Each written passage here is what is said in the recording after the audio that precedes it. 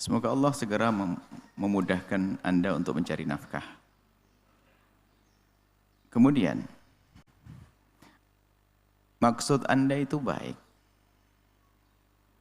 untuk nasihati istri. Akan tapi Anda telah memasukkan istri kepada satu kebiasaan yang sangat buruk. Na'udzubillah, ini bahaya dan bisa jadi kedunguan Anda. Semestinya Anda bawa kepada ustadz yang jelas. Bukan ustadz bayang-bayang. Anda bawa kepada ustadz yang jelas, yang Anda percaya tentang kesolehannya, akhlaknya, untuk saling untuk minta nasihat. Anda kasih ustadz tidak jelas. Artinya Anda telah membiasakan istri untuk percaya kepada siapa saja yang kalau ngomong kayaknya baik. Akhirnya membiasakan istri Anda berkomunikasi dengan orang yang nggak jelas, laki-laki. Itu ustadz siapa, namanya dari mana, lu percaya, bagaimana? Sementara paling bahayanya hari ini adalah perempuan yang sudah mulai membuka diri untuk komunikasi. Apalagi bahasanya curhat, terpesona dan sebagainya, akhirnya nggak simpati lagi dengan Anda. Dan kami ingat kepada kami perempuan, Masya Allah, hati-hati kalau berkomunikasi dengan lawan jenis, biarpun ustadz katanya jubahnya lebih gede dari ini, tetap harus waspada. Kalau harus konsultasi, jangan disembunyikan dari, artinya lebih baik ada keterbukaan begitu, atau paling tidak ini diketahui orangnya benar, orangnya soleh, orang menjaga diri. Dan Anda sebagai seorang wanita harus punya rambu-rambu ya. Bisa jadi memang Anda perlu untuk curhat kepada seorang ustadz. Awas dalam komunikasi. Kalau sudah mulai komunikasi yang tidak sehat, Anda harus cerdas, Anda akan jadi mangsa, biarpun katanya ustadz. Dari komunikasi yang sudah mulai mengarah kepada hal yang tidak baik. Bisa jadi Anda rusak saat itu juga.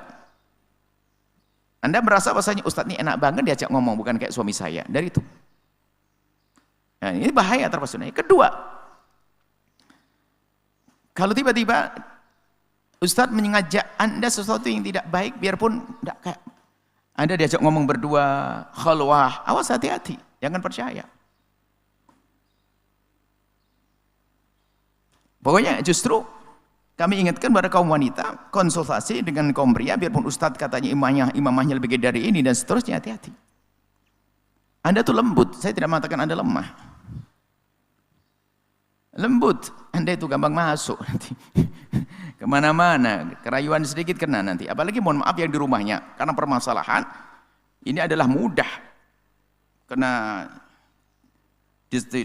dari terkaman orang-orang yang sedikit punya rayuan gombal. Hati-hati, perempuan hati-hati. Sehingga tampak seolah dia lebih lembut dari suaminya dan sebagainya, sehingga tidak nyaman lagi dengan suaminya. Maka Anda sebagai suami harus cerdas. Kalau Anda ingin mengenalkan kepada ustadz yang bijak, yang Anda ketahui, dan mungkin ustadznya juga bisa komunikasi benar dengan Anda, bisa Anda pantau sejauh mana. Tapi kalau Anda bebaskan begitu, lihat, dia akhirnya diam-diam kalau ngomong sama ustadz palsu tadi. Diam-diam ngomong dan sebagainya. Berarti Anda telah mengajari dia untuk biasa dengan ustadz yang nggak jelas. Itu membahayakan istri Anda, dan Anda akan rugi. Jadi bagaimana caranya? Nah, maksud Anda ingin nasihati biar istri, apalagi nasihatnya memihak ke Anda ya, biar ngasih bantu nafkah dan sebagainya, biar istri nggak rewel dan sebagainya. Tidak harus pakai ustadz palsu. Ustadz yang sesungguhnya pun juga ngajari yang benar kok. Kami ingatkan dari kaum istri, kaum wanita. Jika ternyata Anda yang punya rezeki banyak, kok suami Anda tidak, bagi Anda membantu suami pahalanya berlipat-lipat. Jangan merasa gelisah. Kadang merasa tidak tahu sebel karena suami pengangguran, nggak punya kerjaan. Anda lupa bahwa saya yang ngasih rezeki Anda adalah Allah. Kalau Anda perempuan cerdas malah begini doanya, ya Allah semoga suamiku melarat biar saya saja yang kaya. Yang penting kan cukup hidup ini. Jangan malah di saat Anda kaya malah sombong kepada suami nggak punya kerjaan. Orang kerja ini kadang-kadang nasib-nasiban, ada mujur-mujuran, ada kerja bangkrut terus, dibohongin orang saking baiknya. Kalau sudah Anda diberi oleh Allah rezeki, tidak tahan, maka tata hati Anda. Maka selalu kami ingatkan kepada wanita, untuk menjadi wanita karir, hari ini kami himbau untuk di rumah punya aktivitas yang positif.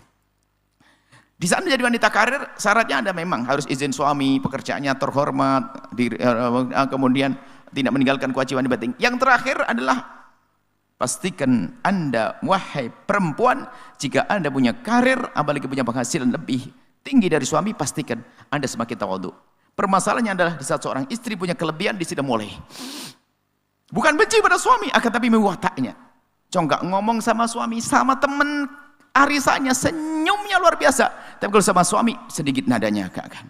Sampai di rumah sudah senyumnya sudah mulai tidak ada. Lah ini kan dibodoh-bodohi oleh setan, mestinya dengan kekayaannya malah tambah senyum. Kenapa? Nggak ada kekurangan. Beli apapun bisa, tinggal bagaimana mesra dengan suami. Nah, dia menjadi bodoh saat itu. Dia ngomong sama suami adalah sedikit nggak enak, ngangkat suara, kalau marah bentak-bentak, dan seterusnya. Loh, ini kan bodoh, sebuah kedunguan. Kami sampaikan pada istri lah ini. Wanita, tolong, di saat Anda diberi oleh Allah kelebihan, bersyukurlah kepada Allah. Bisa jadi itulah caranya agar suami Anda semakin lengket kepada Anda. Biar suami Anda ada masalah, yang menjadi masalah Anda sombong. Kalau suami Anda yang kaya mencukupi, alhamdulillah, Anda bisa lebih konsen melayani suami, tidak harus pakai kerja. Anda dua-duanya harus kerja. Ya memang ini keluarga bersama, kenapa? Kenapa tidak? Jadi itu aja, hidupnya enak saja. Cuman memang kebanyakan perempuan di saat diberi oleh Allah kelebihan, itu adalah yang berubah cara wataknya. Tolong angkat tangannya begitu, didoain nanti. Jangan beriku. Jadi ada sudah perempuan kalau sudah mulai ada kelebihan, sudah cara ngomongnya sudah.